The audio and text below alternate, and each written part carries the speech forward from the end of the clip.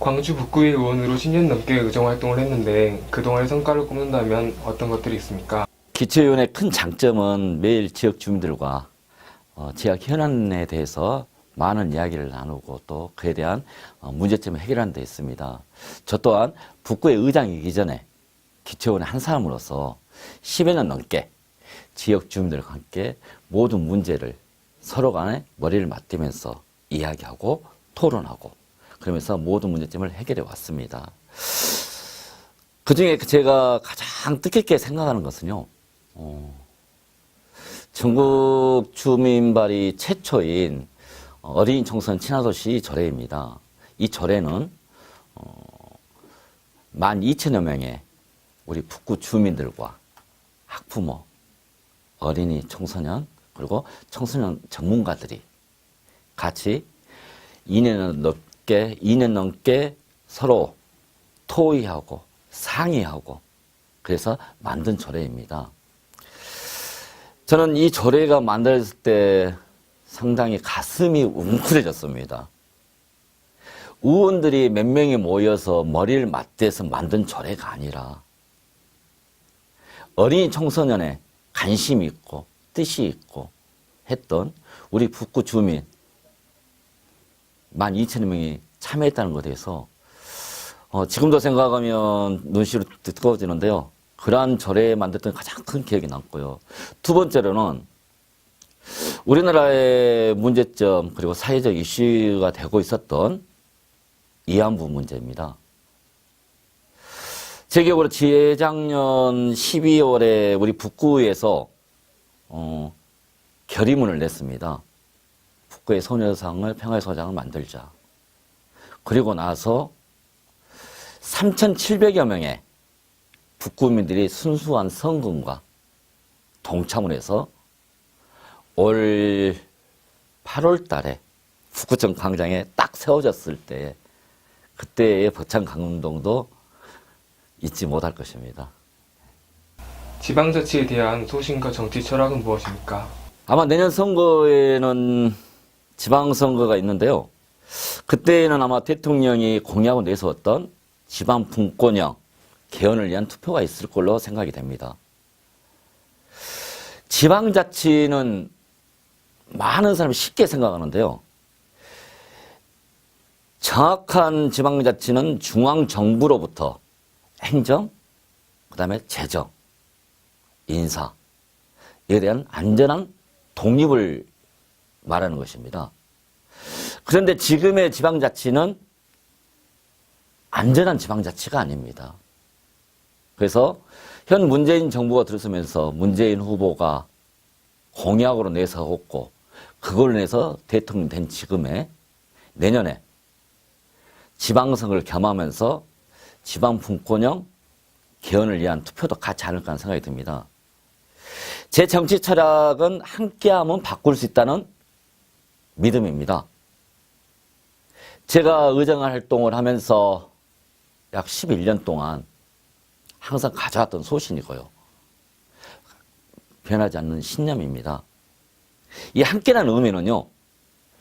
주민과 함께 항상 소통하면서 호흡하면서 주민들의 의견이 무엇인지 항상 듣고 모든 문제가 발생되면 탁상 행정이 아니라 현장에 답이 있다는 그 생각하에 주민들과 대화를 하고 타협을 하고 주변에 있는 사람들과 이야기를 나누면 반드시 답은 나오게 되어 있습니다.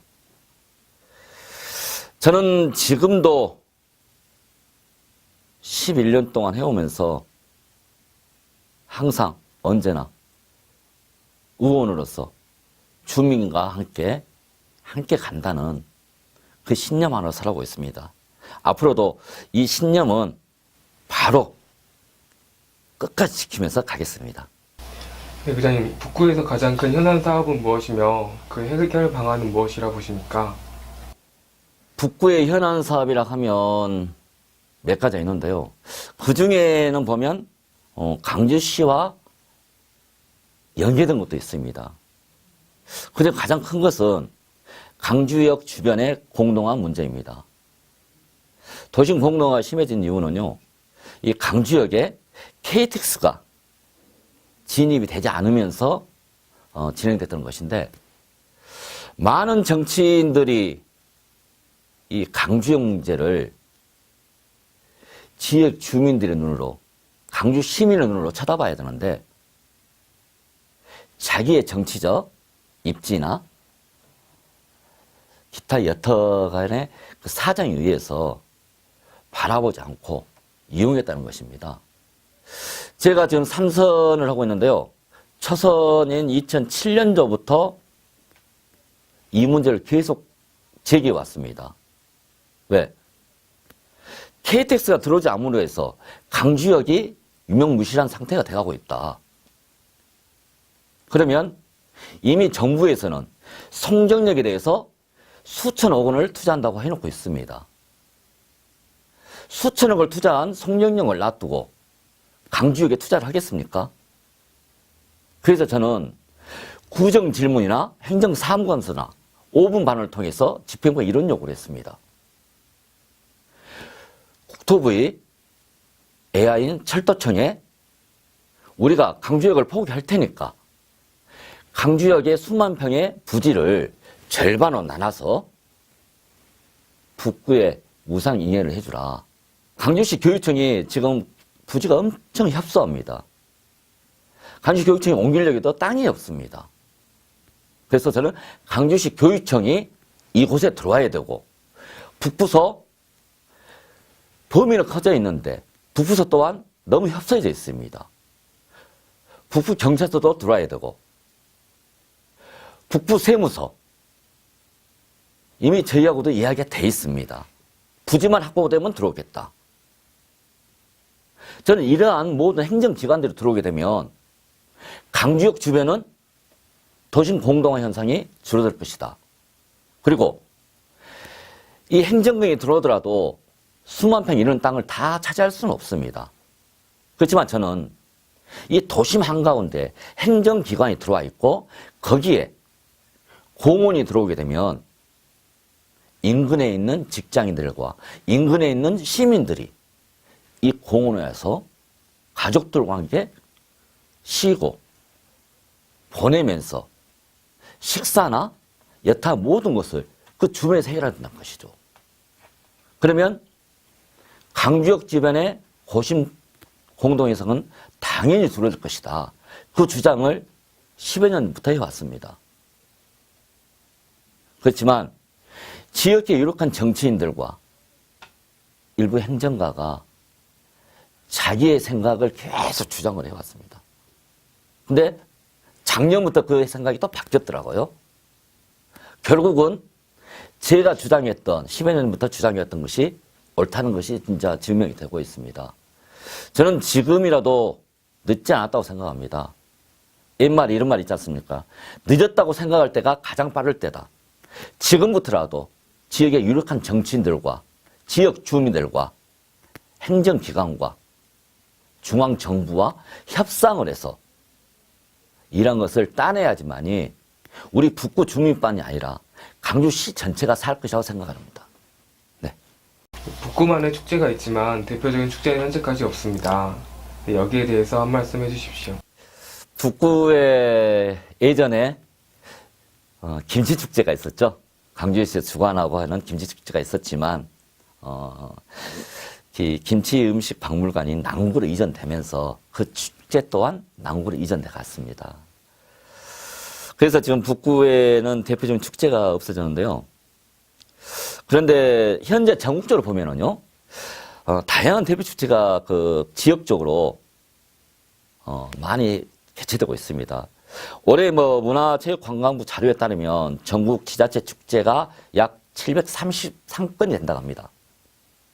그 중에 41건만이 우수한 지자체 축제로 뽑히고 있습니다.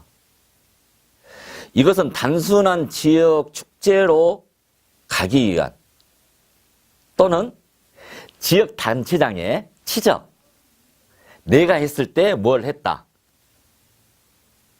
이것이 결국은 열악한 지방 재정의 예산 낭비가 되는 것입니다.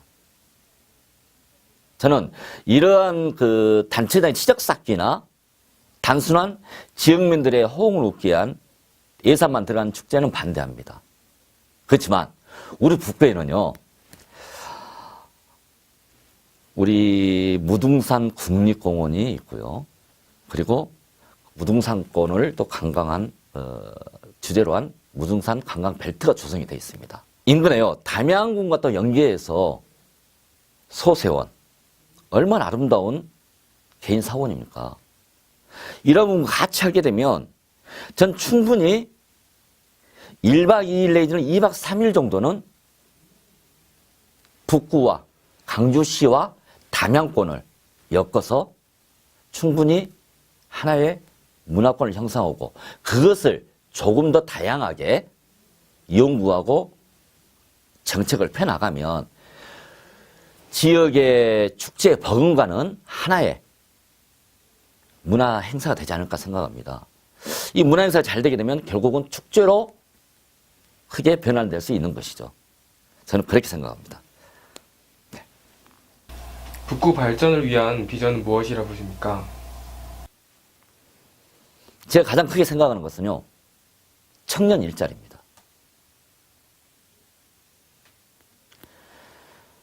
이 청년 일자리라는 것은 단순하게 청년들에게 너 이제껏 했으니까 니네들이 알아서 어떤 자리에서 들어가서 일해.